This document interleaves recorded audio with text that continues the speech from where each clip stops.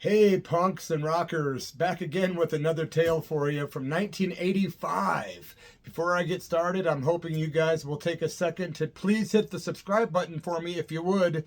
And if you dig it at the end, please like the video. And if you want to leave a comment, do so, man. We're going to go back to 1985 to visit Kenosha, Wisconsin. Yep.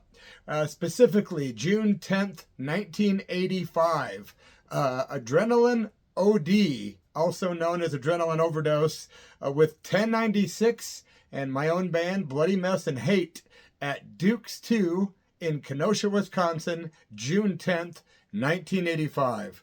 This was kind of cool because about 3 days before this gig, my band Hate, with a completely different lineup, but it did include myself and bass player Jeff Piss, we played a gig in Champaign, Illinois, with a couple other guys opening up for Adrenaline O.D. And we had a good time that night, man. It was a lot of fun. So 3 or 4 days later, I think 3 days later, actually, we were in Kenosha opening for them again, which was about, maybe a good, I want to say 5.5 hour drive from where we were at the time. I'm not sure. I'm a little off on my times, but I know Hate played in Champaign with AOD, and then next thing you know, it's the week, a few days later, we're in Kenosha, and we're like, voila, and they're like, no way, it's these guys again, this Bloody Mess people. So me and Jeff Piss were in Kenosha, and we had Chopper Steppy, a friend of mine who was also in my very first punk band, Chips Patrol, and Unaccepted on the drums, and he was in drums on the band Hate. And we were just having a lot of fun, man. And our guitar player, Barry Steppy, who's Chopper's brother, was actually playing a guitar for the band at the time. But he was laid up with a kidney infection in East Peoria, Illinois. So Chopper said, hey, man, I'll play guitar. And he ended up driving us up, I'm pretty sure, because our bass player didn't have a car. Wait, I think I had my car at the time, actually. I think I drove us in my station wagon. Pretty sure. I don't know. Chopper, do you remember? Let me know, man. By the way, I'm hoping to have Chopper Steppy on this channel soon for a chat with me about the old days. Yeah, that'll be cool. So it's me, Chopper, Jeff Piss on bass, and we get to Kenosha and decide we're going to ask Mooney, the drummer for WAS Distress, to play drums with us, which he did. Or maybe I even had it set up ahead of time. I really don't remember, but I know that about a month before was the first time I'd ever come to Kenosha, Wisconsin, which had this great, tight little punk rock scene going on with lots of regular shows at bars like Duke's 2. And of course, according to Mooney, the drummer for 1096, who I still keep in touch with, Duke, the owner of Duke's 2, did not like punk rock, but ironically, whenever he had punk shows, he sold more beer than any other shows. So it was kind of a biker bar. We loved it. So here we are getting to Kenosha. The whole crowd's there, including the one and only Beautiful Bert. And you can see right over my shoulder, there's a Beautiful Bert and the Luscious Ones album. What a guy. What a great record. 1996 Beer City Records, one of the best records out there, my friends. Beautiful Bert, rest in peace, my brother. I knew him for a long time, and I got Bert stories coming at you later. But Beautiful Bert was in the audience. Carla was there. Murph, the singer for WAS Distress. Lisa Loring. Gary Fortner, rest in peace. Don Lipke, rest in peace. There was a lot of cool people there from the original punk scene that I met in 1985. I'm sure there was even an earlier punk scene there, as there was a pretty thriving thing going on there since like 80, I think, maybe earlier. But I will say this, 1096, which is police code for mental subject, was made up of Dean Dirt on vocals, Joe Perestrel on guitar, Tony Pawlicki on bass, rest in peace, Tony, and Guy was on the drums with his long black hair that covered up half his face, and you'd see like one eye. He was a trip. He looked like he just walked off the Addams Family movie set. He was a cool dude though, man. And these guys were hardcore punk. I'm talking about super fast, super intense lyrics with one of the best stage presences I've ever saw in a band. One of the best frontmen ever in punk rock, in my opinion, is Dean Dirt from 1096. Rest in peace, Dean Dirt. Yeah, there's a lot of fallen friends in this video, my friends. Dean Dirt ended up becoming one of my very best friends on the planet. Like this, man. 2 peas in a messed up pod.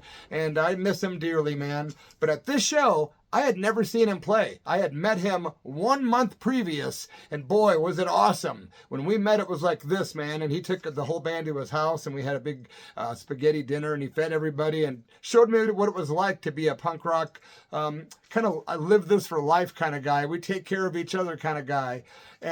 This night, though, was to be my indoctrination into the world of 1096, Police Code for Mental Subject.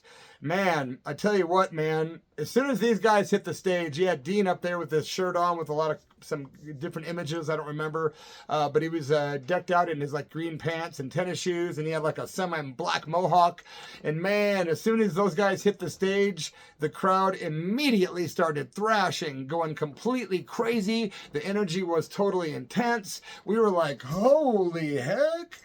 We couldn't believe it. And Dean was not the kind of guy that stood around singing like, you know, some statue. Nope. He was left. He was right. He was in the middle. He was on the floor. He was crawling on top of the amps, hanging on the rafters. I mean, we were completely freaking out that the energy that 1096 displayed on a stage. And I remember my bass player was kind of a sarcastic guy, Jeff Piss, and he looked like he stepped straight out of Van Halen with his checkered pants and like plaid pants, like spandexy, with his rock star tennis shoes and his like curly hair and like his little black vest. But he was cool. You know, he was a rocker. And he was nudges me and he goes, hey man, because I myself was known as being a wild front man. Well, Jeff says to me, yeah, top this guy, follow this guy, crazy boy.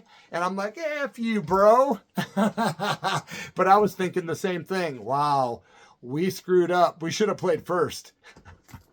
Because there was no matching Dean Dirt in 1096. These guys were just a freaking amazing, and I became an instant fan for life until they broke up when Dean Dirt died.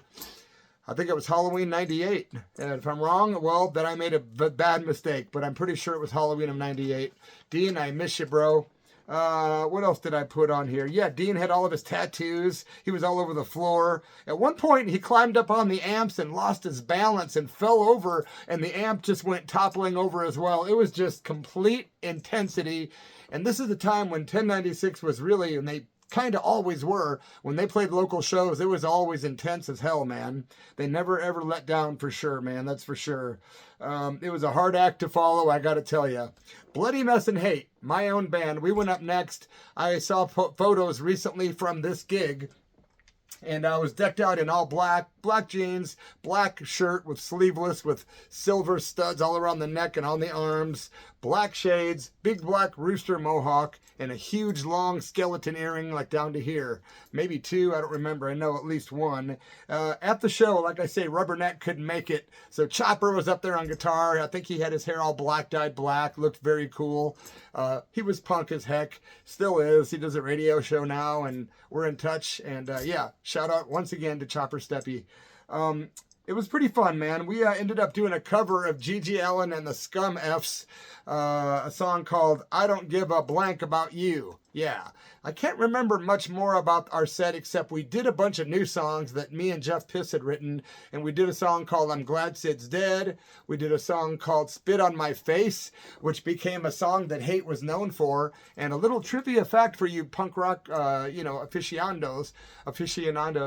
There was a record that came out in 2018 on a punk rock label called Puke and Vomit Records, and it's Bloody Mess and Hate, I'm Glad Sid's Dead. But I gave them additional tracks that were not on the original cassette tape or on Anti-Rockstar that Black and Blue Records had previously put out on CD.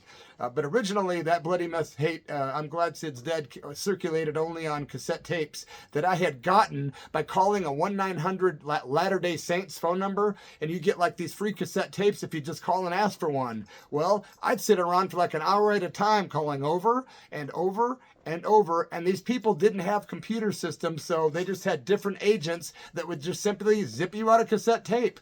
Next thing you know, I've got about 100. So I dubbed Bloody Mess and Hate, I'm Glad Sid's Dead, using those tapes exclusively as a joke against the whole machine. And like I say, in 2018, this stuff came out, even though it was recorded in 1985. And also the vocals on that, I believe, were recorded in 86, actually. So we are on stage, we're performing, and I noticed the crowd is kind of not lame, not tame, dead, tired, because 1096 done stole the steam. Yep, there was no following 1096, I'm telling you guys. And plus, our set was kind of disjointed. We had Mooney from US Distress, who was awesome up there with his big white mohawk, and we were just kind of screwing around. If I'm going to guess, we probably did some Feeders, some Fear, maybe even Happy Trails. I don't know, man. But it was a fun set, even though it was not as energetic as the month before when we opened up for US Distress at Duke's 2 as well. I do have a story coming up about that show. The last band on the bill, the headlining act, a little hardcore band out of New Jersey that formed, I believe, in 1980. And they broke up, I believe, in 1990. I think they started in 81 and broke up in 1990. There you go. And these guys were known as a super hardcore punk rock band with humorous lyrics. Big fan of Adrenaline O.D. I got to interview drummer Dave Scott recently. Awesome guy. And it was fun because when I played the week before in Champaign, Illinois, 3 days before, he actually played drums for the makeup band that me and Jeff Piss put together with 2 guitar players, Jeff on bass, me on vocals, and AOD's drummer Dave Scott played drums with us. That was awesome. And you can find my interview with Adrenaline O.D.'s drummer Dave Scott's on my Church of Rock YouTube channel. It's called The Church of Rock, all one word, and you can find my interview with AOD drummer Dave Scott. Please take a moment to subscribe to the channel if you guys would. And shout out to Ragged Records. Right here, man. Best damn record store on the planet. Okay, well, definitely dominating Iowa in Davenport. Ragged Records rocks, and I'll be playing right next door March 14th, 2025 at the Raccoon Motel with Super 88. Yep. My friends, AOD, when they hit the stage, it was like, okay, super energetic, super fun. You couldn't take it serious. It was just everyone thrashing, everyone having a good time. And according to drummer Dave Scott, everyone at this show was on, well, LSD. Yep, I think so. I think they were all tripping balls. I don't remember that, and I don't believe I was tripping, although I could have been tripping that night because my memory for a lot of this show is a little fuzzy. But I can tell you, he assured me that he thought everyone in that town was crazy and on acid. I'm like, really? I thought they were all on beer, because I was, but who knows, man. I did trip with many people in Kenosha many, many times, so who the hell knows? I'm sure Dave Scott's memory serves him better than it does me at this point about this particular story. Hey, did I say shout out to Ragged Records? Yes, I did. AOD was just great, man. Everyone was just awesome. They opened the show with Godzilla versus AOD. Now, they had just released that same year the Wacky Hijinks of AOD on vinyl. It was a bright pink record cover. Remember Brother Chance? And yeah, man, that was some good stuff, man. AOD, that's a great record. They also came out and did, more songs from that album and some great stuff. They were refreshing. They were super tight, very, very fast. And, they were road dogs. Adrenaline O.D. is the kind of band and is one of the only bands I know that played probably with more of the other bands in the planet and at more other places than any other punk rock band. Right, Dave Scott? I think you'll attest to that, brother. Please leave a comment if you dug the video, and I hope to have more punk rock stories coming your way soon. As a matter of fact, I've got a lot. It's just that time is not on my side, but I'm trying, man. Keep it real. Leave any comments. I'll try to respond, and I will be back soon, my friends, with more punk, rock, metal, and more right here at Bloody F Mess Official. Cheers.